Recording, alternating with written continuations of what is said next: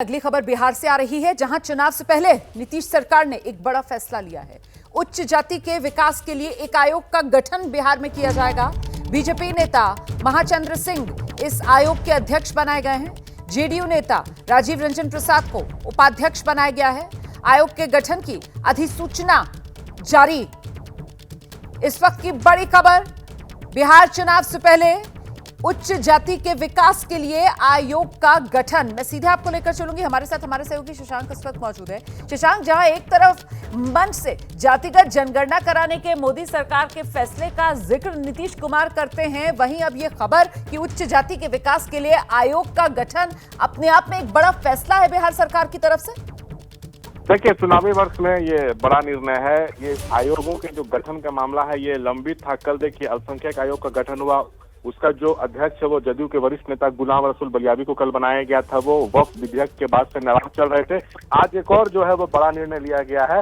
आज जो है नीतीश सरकार ने उच्च जाति के विकास के लिए आयोग का गठन किया है। बीजेपी के वरिष्ठ नेता पूर्व मंत्री महाचंद्र सिंह को जो है इसका अध्यक्ष बनाया गया है। वहीं जदयू के बड़े चेहरे हैं राजीव रंजन प्रसाद, उनको उपाध्यक्ष बनाया गया है। इस आयोग में कुल 3 सदस्य होंगे और सामान्य प्रशासन विभाग की तरफ से अधिसूचना जारी कर दी गई है और जो कार्यकाल है वो 3 वर्षों का होगा। तो चुनावी वर्ष में एक बड़ा निर्णय माना जा रहा है। तो इस उच्च जाति के विकास के लिए जो आयोग का गठन किया गया है, इसके जरिए किस तरीके का सियासी संदेश देने की कोशिश सरकार की तरफ से?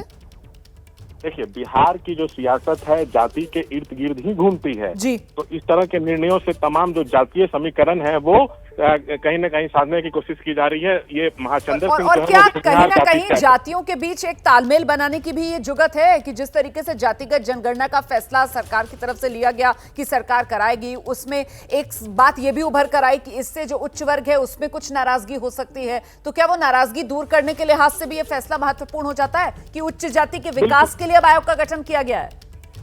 देखिए, बिल्कुल इसको उस नजरिए से भी देखा जा सकता है। वही मैं बता रहा था कि जो महाचंद्र सिंह हैं, मैं लौटूंगी आपके पास। देखिए, इस समय हमारे साथ जेडीयू के नेता राजीव रंजन प्रसाद जी मौजूद हैं और उनको भी इस आयोग में जगह दी गई है।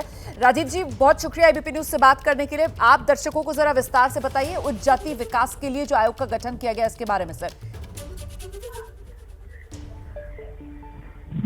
के नाम से बिहार में पहले से भी काम कर रहा था। बीच में आयोग विघटित हुआ था और इसके बाद फिर से नए सिरे से इसका पुनर्गठन किया गया। निसंदेह उच्च जातियों के लिए ईडब्ल्यूएस के जरिए विकास की मुख्य धारा में आने का जो फैसला केंद्र सरकार ने लिया, बिहार ने उसको अमली जामा पहनाया और जो बिहार के जातीय सर्वे हुए उसमें उच्च जातियों के बीच आर्थिक पिछड़ेपन पर काफी प्रामाणिक आंकड़े आए। तो निसंदेह उनके विकास को लेकर के क्या रोडमैप हो, क्या कुछ किया जा सकता है, उन सवालों को लेकर आयोग की जो जिम्मेदारियां हैं जी, उसका ईमानदारी से निर्वहन करने के लिए हम लोग संकल्पित हैं। ठीक है सर, मेरे साथ देखिए आरजेडी के प्रवक्ता मृत्युंजय तिवारी भी इस वक्त मौजूद हैं, उनके पास जरा चलते हैं। मृत्युंजय जी, सबका साथ सबका विकास, ये तो इसी मंत्र पर सरकार आगे बढ़ रही है। एक तरफ जातिगत जनगणना कराने का मोदी सरकार का फैसला और देखिए अब उच्च जाति के विकास के लिए जो आयोग पहले से ही है, बीच में वो काम नहीं कर रहा था, दोबारा से उसका गठन कर दिया गया, पुनर्गठन कर दिया गया इसका। मृत्युंजय जी, बढ़िया कदम सरकार का। देखिए ये तो सरकार आईवास कर रही है। अभी चुनाव है और ये चुनाव बिहार का नजदीक है और सरकार की नैया डगमगा गई है एनडीए सरकार की।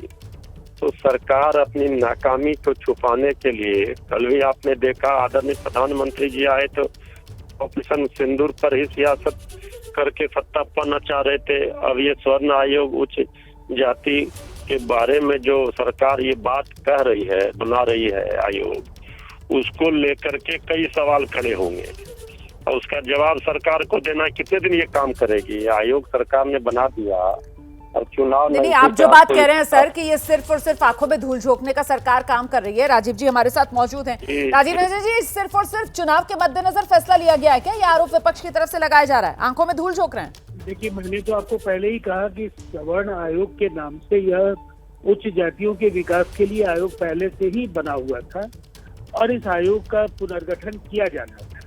जहाँ तक सवर्ण जातियों का सवाल है, जिन्हें उच्च जातियों को लेकर हम समझ सकते हैं कि विकास की जो दृष्टि है केंद्र सरकार और हमारे नेता बिहार के मुख्यमंत्री नीतीश कुमार जी की, वो सर्वविदित है। जिस समय जातीय सर्वे नहीं भी हुआ था उस समय भी सवर्ण आयोग के रिपोर्ट आए और बहुत सारे सवालों पर काम करने की सलाह भी दी गई। उस दिशा में लगातार काम हो रहे हैं और बिहार में चाहे रोजगार के अवसर या जो भी उन्हें लघु उद्यमी योजना का लाभ मिलने जा रहा है, जी। जो नौकरियां दी जा रही हैं, सभी जगहों पर EWS के जरिए जो प्राथमिकताएं हैं वो मिल रही हैं। इसलिए इसे केवल चुनाव के नजरिए से देखा जाना मुनासिब है। बहुत शुक्रिया सर हमसे बात करने के लिए। राजीव जी आपका भी, मृत्युंजय जी आपका भी। तो कुल मिलाकर एक तरफ सत्ता पक्ष है, सरकार की तरफ से कहा जा रहा है कि ये उच्च जाति आयोग पहले भी स्वर्ण आयोग के तौर पर काम कर रहा था, पुनर्गठन किया गया है, सिर्फ और सिर्फ विकास मकसद है। वहीं दूसरी तरफ विपक्ष की तरफ से कहा जा रहा है कि सिर्फ आंखों में धूल झोंकने का काम